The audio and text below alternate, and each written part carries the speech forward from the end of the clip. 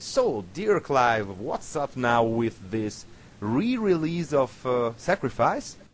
Well, it's not just a re-release of Sacrifice. All the Black Widow albums are going to be re-released.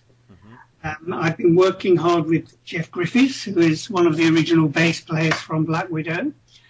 And the first release will be the original Sacrifice album, plus a Sacrifice album with extra links, which is absolutely fantastic, and the DVD of the live Sacrifice show.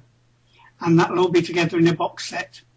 What do you recall, the most savage memories of Black Widow? Ooh, the most savage memories? Yeah. Oh, do you mean gigs or being in the actual band? Everything. Okay. Black Widow was not a nice band to be in. Okay. If you made a mistake, you were in trouble. It certainly wasn't a fun band. It started off that way, but unfortunately a couple of guys had big egos in the band and it really spoilt the band. Whereas Black Sabbath all stuck together and pulled together, Black Widow was going in many different directions. So it wasn't really a nice band to be in, but it was a great band live. We all came together on stage, but off stage it was not pleasant. But then there's a lot of bands like that. The Eagles spring to mind. And you mentioned Black Sabbath, and on the latest Black Widow release you've got Tony Martin as a guest. Yeah, the great Tony Martin. Oh, he's the most fantastic guy. He really is.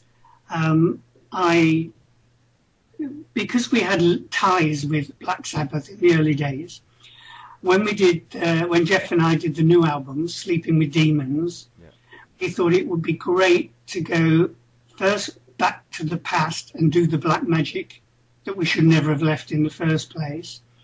And secondly, what a great idea to get one of Black Sabbath to guest on the album.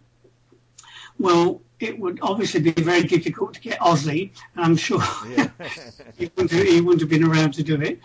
But I managed to get hold of Tony Martin, who didn't know a lot about Black Widow, but he was keen to do it. And he actually came over to my house with his lovely wife, Carol, and he listened to the album, and he made some great comments about it. The album had almost been finished when he came over, and we said, look, we'd like you to guest on a track. And he picked the track Hail Satan to guest on, which is like Come to the Sabbath Part 2, if you like. And he loved that track, and he went home, and 2 weeks later he put his part on, and we've got Tony Martin's name on a Black Widow album. And I just think that's fantastic to go back all those years and manage to do that again. Yeah, that's awesome. And what's the deal with, leaving black magic behind at one certain point in your career, and that was a mistake, in your opinion? I always thought so, yes. Yeah.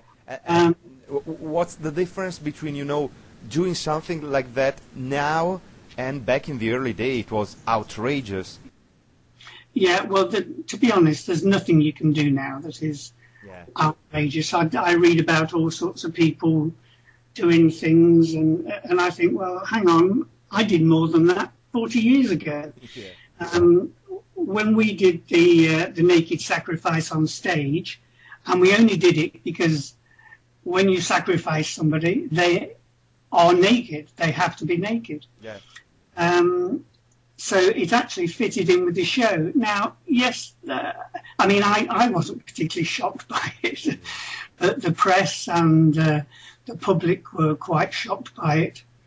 Some came in to see the band. I'm sure some came in to see the boobs.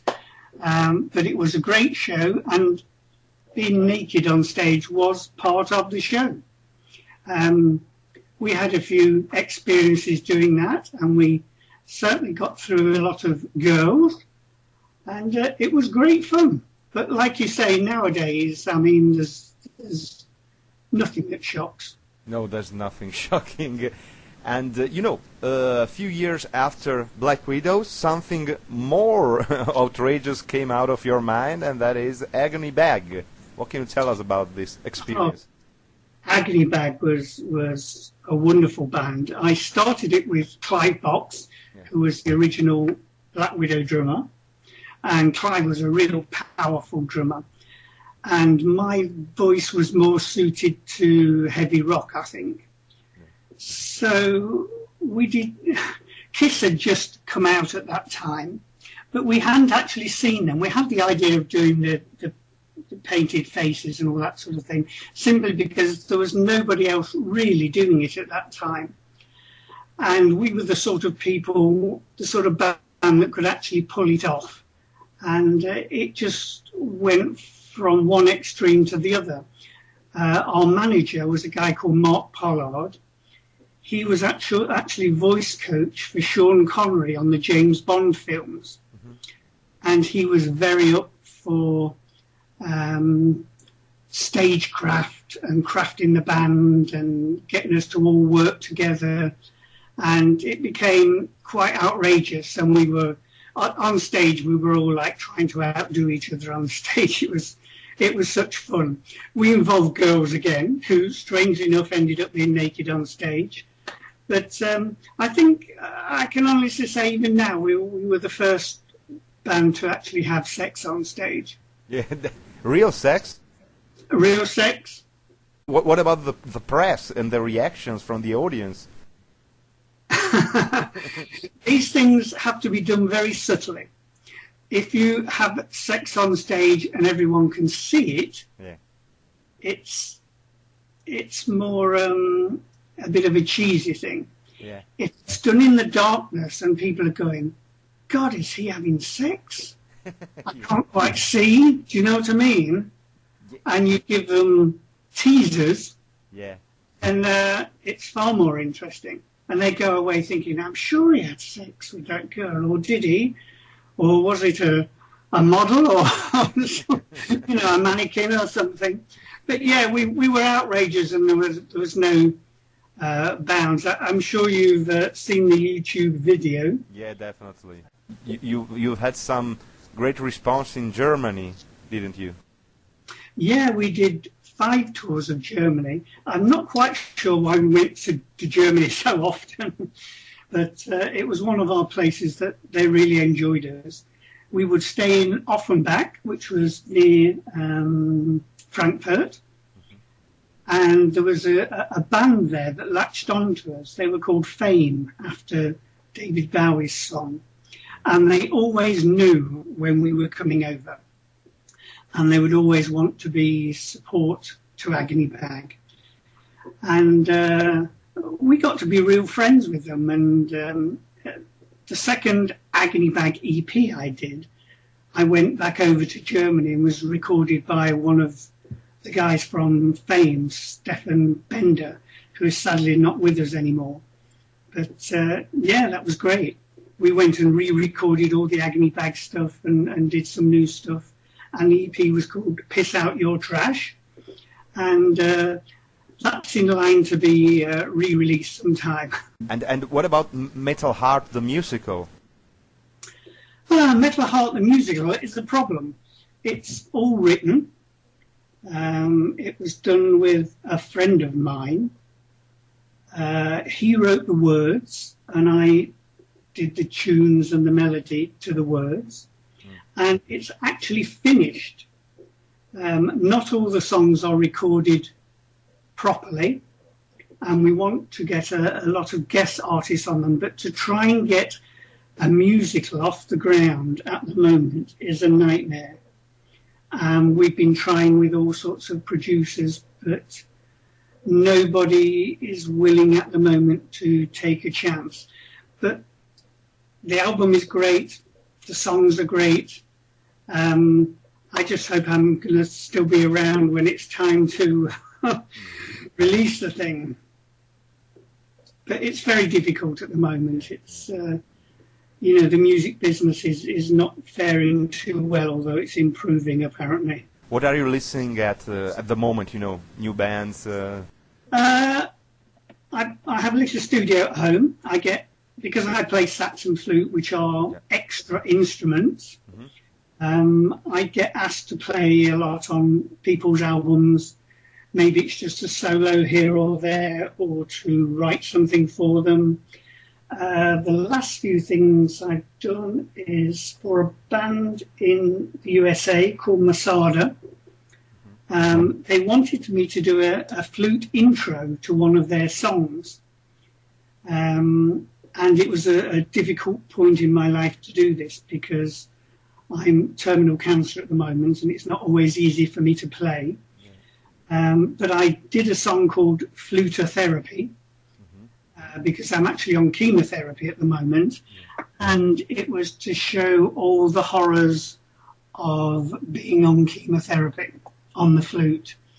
And it's got some very interesting write-ups. I don't know if I can say this, I'm sure I can, why shouldn't I? A lot of the write-ups were saying, how come this guy is masturbating while he's playing the flute at the same time? Which I thought was quite funny. I've yet to give that a go. Like an acrobat. Yes. So that was one of the things on their album, which I liked. Then I've been working with a band from Norway called Sonist Blodbad. It's a guy called Ole who was a fan, and he asked me if he could send me some backing tracks over. So I said, oh, okay, because I was getting bogged down doing lots of things. But he sent a backing track over, and sometimes you can instantly hear the song when you hear a backing track. And I thought this is a great experiment. So I put some flute on this and some one-word vocals. The song's called Drown. And it's me drowning in flute. And all the things that would go through your mind. And I got a friend of mine, Mark Hatton, to...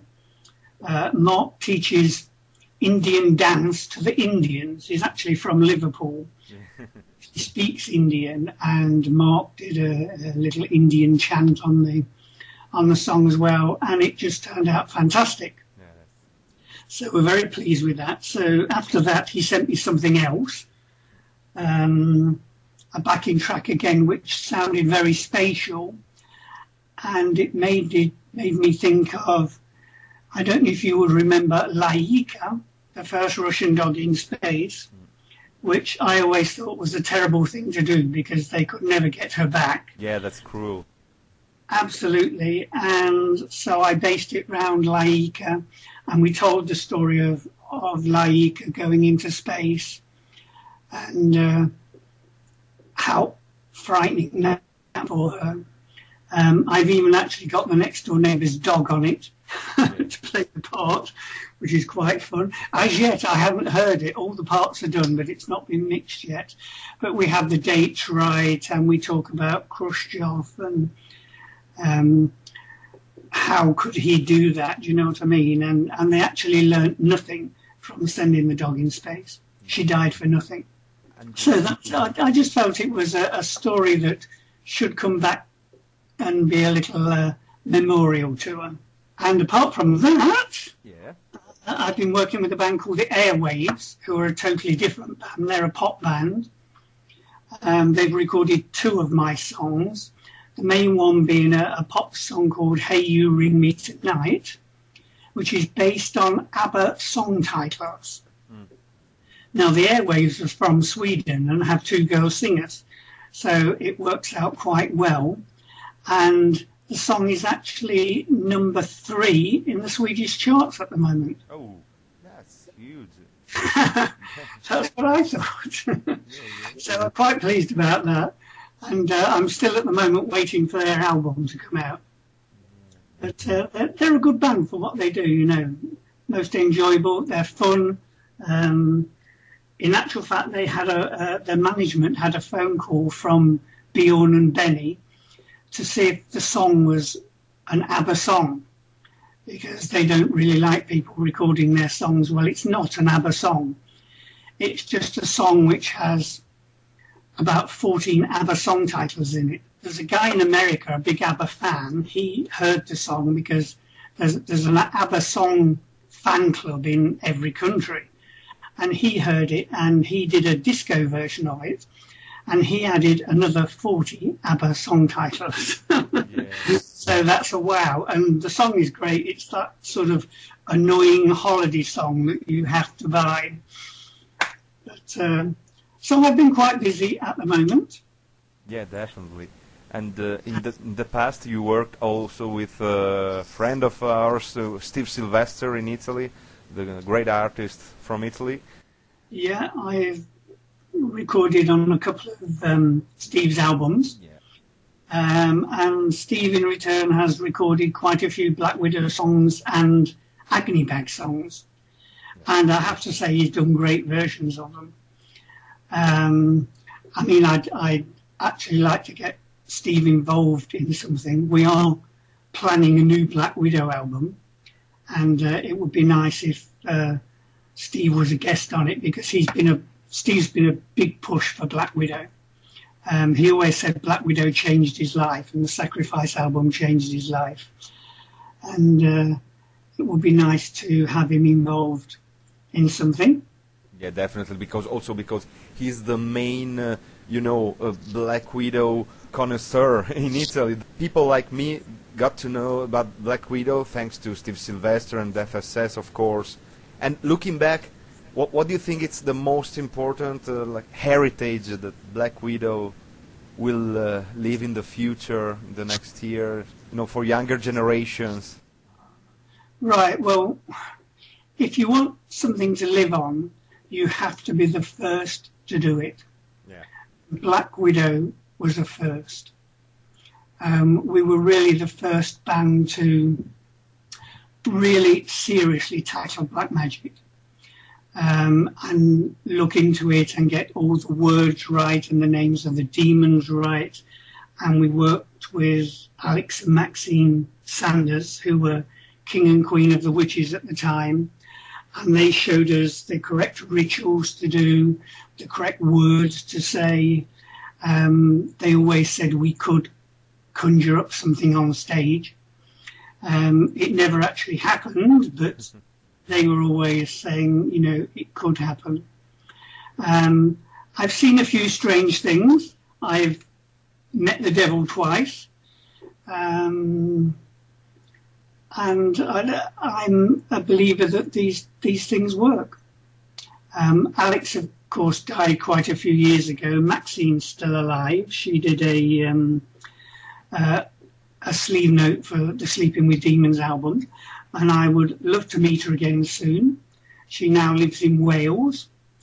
She's still into the black magic, and there's a film we did in some caves in London. I can't remember the name of the caves, and I've never seen the film, but we played Come to the Sabbath as about 50 witches all danced around in a circle, naked of course, around a fire and chanted and everything. I've never seen that film. I'd love to find that.